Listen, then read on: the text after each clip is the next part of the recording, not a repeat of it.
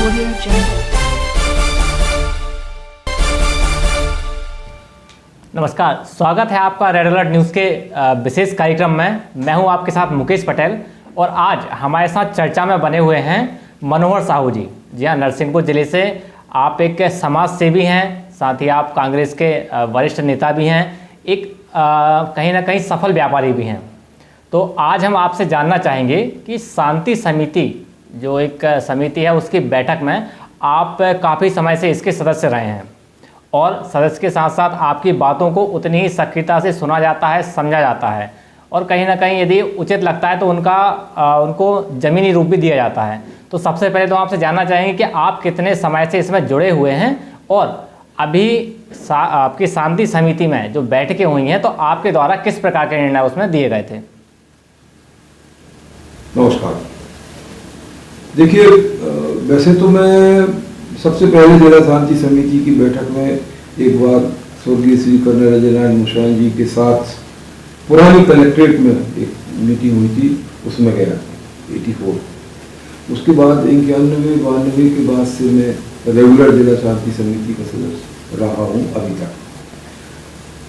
अब मेरी बात को प्रशासन उस पर गौर करता है या सुनता है तो ये प्रशासन को ये समझे कि मेरी बात इस लायक होती है, इसलिए वो सोचते होंगे। हाँ, ये जरूर है कि मैं वहाँ जाकर अपनी उपयोगिता को साबित करने की कोशिश करता हूँ कि जिस अपेक्षा के साथ मुझे यहाँ बुलाया गया है क्या मैं उस पर खरा उतर रहा हूँ या नहीं उतर रहा। तो जिस विषय पे बातचीत होती है उस विषय पे मुझसे जो मार्गदर्शन या मुझसे बोलने का मौका मिलता है मैं अपनी बात कहता हूँ।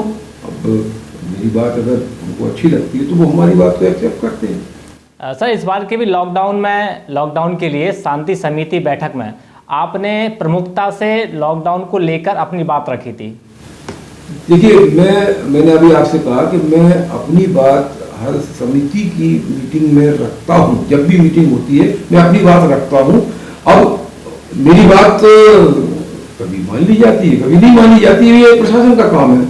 हाँ, अभी जरूर मैंने बात रखी थी, ये पिछले हफ्ते में मीटिंग हुई थी, लॉकडाउन के संबंध में चर्चा आई थी, तो मैंने ये रखा था, ये बात कही थी कि साहब ये जो आने वाले दिनों में जो 3 त्यौहार आ रहे हैं, चाहे वो ईद उल जुहा हो, चाहे वो रक्षाबंधन हो, चाहे वो कजलियाँ हो, तीनों त्योहारों में सोशल डिस्टेंसिंग की धज्जियाँ उड़ने की 100% संभावना होती है। क्यों? क्योंकि तीनों त्योहार एक दूसरे के करीब जाकर, गले मिलकर, नजदीक रहकर मनाए जाते हैं। ईद की नमाज पढ़ी जाती है, कंधे से कंधा लगा के पढ़ी जाती है। उसके बाद में जो मुबारकबाद होती है हाथ में लाकर या गले मिल के होती है। फिर उसके बाद में आया रक्षाबंधन में बहनें भाई को तिलक लगाती है, फिर उसके बाद राखी बांधती है, रुमाल उड़ाती है, मिठाई खिलाती है। तो ये काफी वो हो जाता है। अब सवाल इस बात का उठता है कि बहन भाई के यहाँ किसी ऐसी जगह से तो नहीं आई या भाई किसी ऐसी जगह से तो नहीं आ गया जो संक्रमित हो। एक दूसरी बात, नरसिंहपुर जिले में या आसपास के कुछ जिलों में कजलियों का त्यौहार बहुत अच्छे से मनाया जाता है। हमारे यहाँ कजलियों के त्यौहार को होली मिलन जैसा बहुत महत्व दिया जाता है। कजलियों में क्या होता है, आदमी 2 हाथ में अपनी कजलियाँ लेता है, सामने वाले के हाथ में देता है, आदान प्रदान होता है और उसके बाद में गले मिलते हैं या पैर छूते हैं। उसके बाद बच्चे अगर हैं तो बच्चों के कान में भी कजलियाँ लगा दी जाती है। तो ये इस तरीके से जो आइडियल या सोशल डिस्टेंसिंग है वो कहीं बचती नहीं है। तो मैंने ये निवेदन किया था प्रशासन को कि इस पर विचार किया जाए और इन त्योहारों के दौरान लॉकडाउन किया जाए। हाँ, अब दुख की बात यह है कि उस समय ये जो बात रखी गई थी, मेरी बात को ध्यान से सुना गया, लेकिन अगर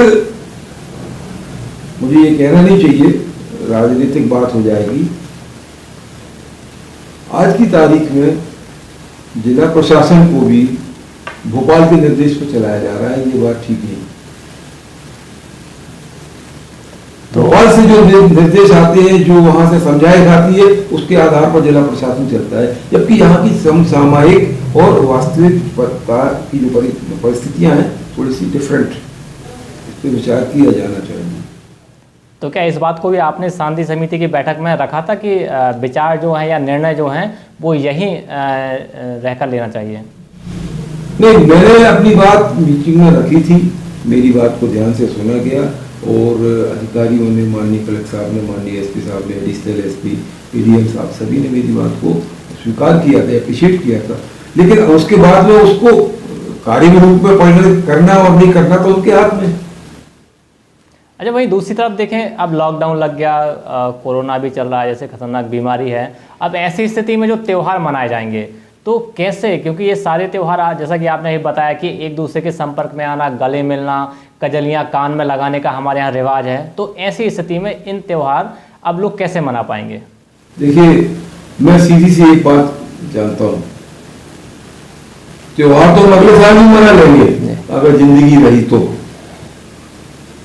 सारी बात का आपका हर बात का जवाब मेरे ख्याल से इस वाक्य में पूरा हो जाता है। यदि हम जिंदा रहेंगे तो अगले साल और उसके बाद और कई बार मना लेंगे, लेकिन सबसे पहले जान की सुरक्षा बहुत जरूरी है। हाँ। और हम अपने साथ दूसरे की जिंदगी को खतरे में ना डालें, यही मेरा मानना है, मैं सोचता हूँ और मेरे ख्याल से सभी लोग यही सोचते हैं।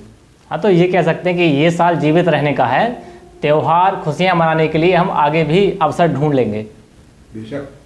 अच्छा, एक तरफ देखा जाए आप भी एक कहीं ना कहीं आपका सफल व्यापार है, बड़े स्तर पे आपका व्यापार है, उसको भी आपने साइड में रख के कहा कि नहीं लॉकडाउन कर देना चाहिए, तो आपके व्यापार पे भी फर्क पड़ा। जो छोटे व्यापारी हैं या बड़े व्यापारी हैं उनके व्यापार पे भी लॉकडाउन का काफ़ी फर्क पड़ रहा है। देखिए, लॉकडाउन का जो सबसे बुरा असर पड़ा वो उन लोगों के ऊपर पड़ा जो छोटे छोटे व्यापार से जुड़े हुए थे। जो जैसे कोई गरीब आदमी ने 10-20 हज़ार की राखी कहीं से खरीद के ले आया और आज मान लीजिए उसको राखी बेचने के समय लॉकडाउन हो गया, अब वो माल तो उसका रुक गया। किसी मिठाई वाले ने भरपूर मिठाई बना के रख ली, लॉकडाउन हो गया, अब वो मिठाई तो बर्बाद होगी। तो ये मतलब है, इसमें मेरा ऐसा मानना है कि लॉकडाउन की घोषणा कम से कम 4-5 दिन पहले की जाना चाहिए थी। यदि 4-5 दिन पहले हो जाती तो तमाम लोग जिन्होंने इस तरह का पैसा फंसाया था वो अपनी अपनी व्यवस्थाएं कर लेते और सुरक्षा से और सुख से त्योहार मनाते। जैसा कि अभी आपने बताया कि ये बात भी आपने ही रखी थी कि लॉकडाउन लगाना चाहिए, तो उस समय आपने ये बात नहीं रखी कि 5 दिन पहले जो है इसको बताना चाहिए? नहीं, देखिए, मैंने अकेले नहीं, और भी लोगों ने ये बात रखी थी और भी जो माननीय सदस्य थे उनने भी इस बात को आगे बढ़ाया था। तो अब उसको कब से लगाना चाहिए ये प्रशासन के निर्णय के ऊपर निर्भर करता है जी। अब प्रशासन भोपाल से गाइडेड है, प्रशासन ये बड़े दुख की बात है। कल शाम को 4 बजे तक मीटिंग में आम जनता हमसे पूछ रहे, लोग हमसे पूछ रहे हैं कि भाई क्या हुआ भैया, आप तो गए थे मीटिंग में, क्या हुआ भैया आप तो मीटिंग में गए थे। हम पूछ रहे हैं लोगों से कि भाई जानकारी अभी नहीं। फिर वहां से देर से निर्देश आए, देर से यहाँ डिक्लेयर किया गया। और फिर उससे ज्यादा एक और दुखद बात क्या होगी कि पहले तो 8 बजे से था, और उसके बाद में 2 घंटे की आपने छूट दी। वो छूट कब आपने दी? उसके बाद डिक्लेयर होने के बाद। यदि पहले से ये सारी जानकारी होती तो आदमी मेंटली प्रिपेयर हो जाता, वो अपनी व्यवस्थाएं बना लेता। सर, भोपाल की बात करें हम, भोपाल या जबलपुर जैसे कई जिले हैं, महानगर है जहां पर पहले से ही लॉकडाउन लगा दिया था, केवल नरसिंहपुर रह गया, तो इसमें क्या प्रशासन की नीतियों पर प्रश्न चिन्ह खड़े होते हैं? देखिए, मैं तो इस बारे में यही कहूंगा कि स्थानीय स्तर पर अधिकारी जिस तरह की परिस्थितियां ऊपर बताते हैं और ऊपर वाले अपनी नीति के हिसाब से वैसे निर्णय लेते हैं। और मुझे इस बात का दुख है कहते हुए कि ऐसा कांग्रेस के शासनकाल में नहीं था। कांग्रेस के शासनकाल में समय काल परिस्थिति और तात्कालिक स्थितियों के आधार पर वहाँ निर्णय लेने की क्षमता हमारे अधिकारियों में थी, वो अब शायद नजर नहीं आ रही। सर इसमें आप किसे गलत मानेंगे कि लॉकडाउन में जो समय मिलना था बीच का वो समय नहीं मिला जनता को, किसे दोषी मानेंगे आप? नहीं, इसमें मैं किसी को दोषी नहीं ठहरा रहा हूँ। मैं तो ये सारी बात मैंने आपके सामने स्पष्ट कर दी। अब किसको दोषी मानना चाहिए और नहीं मानना चाहिए ये आपके ऊपर है, जनता के ऊपर है। नहीं, जैसा कि लॉकडाउन आप कह रहे थे कि हमारी सरकार होती तो पहले ही हम लोग विचार हो जाता था कि स्थितियां हम लोग ऊपर पहुंचाते थे, उसके हिसाब से लॉकडाउन लगता था। अब आज की स्थिति में क्या है कि भाजपा की सरकार है। मैं आपकी बात समझ गया। देखिए एक बात तो मैं आपको बहुत स्पष्ट रूप से बता दूं, कांग्रेस ने कोरोना को बहुत सीरियसली लिया है शुरू से, फ्रॉम द बिगिनिंग। जब पहला इंडिया में आया था उसके बाद से सब कुछ सही हो रहा था जी। फिर उसके बाद से मजाक यहाँ मध्य प्रदेश में सरकार गिराने के चक्कर में जिस तरीके से मजाक बनाया गया, ये शिवराज सिंह जी कहते थे कि कोरोना डरो ना, चिंता मत करो, ये सब बहानेबाजी है। आज स्थितियां सामने आ गई और उसका रिजल्ट उन्हें भगवान ने खुद ही दिखा दिया। तो ये इस बारे में हम शुरू से नहीं मान रहे, और जब तक सरकार नहीं गिरी, जब तक सरकार नहीं बदली, तब तक उनने कोरोना को एक किनारे रख दिया था। अब जाके कुछ सोच रहे हैं, लेकिन अभी भी वो जनहित में नहीं सोच रहे हैं जी। वो अपनी आर्थिक परिस्थितियों और अपने व्यापार की प्रदेश के जो बिगड़ी हुई आर्थिक स्थितियां हैं उस पर सोच के निर्णय ले रहे हैं। चलिए तो सीधा ये कहें कि सरकार जो है केवल अपने फायदे की चीज सोच रही है, उसमें जनता का भला उनको कहीं नहीं दिख रहा है, मुझे तो यही लगता है। चलिए ठीक है, तो बहुत बहुत धन्यवाद, आप स्टूडियो आए थे और हमने विशेष हमारा जो मुद्दा था वो यही था कि लॉकडाउन कितना समय मिलना था जनता को, या व्यापारियों ने जो समय नहीं मिला तो कहीं ना कहीं असंतोष था जनता में, पर आपने हमें समय दिया, इसके लिए बहुत बहुत धन्यवाद। और निरंतर हमारे रेड अलर्ट से आप जुड़े रहिए, देखते रहिए रेड अलर्ट न्यूज़। धन्यवाद।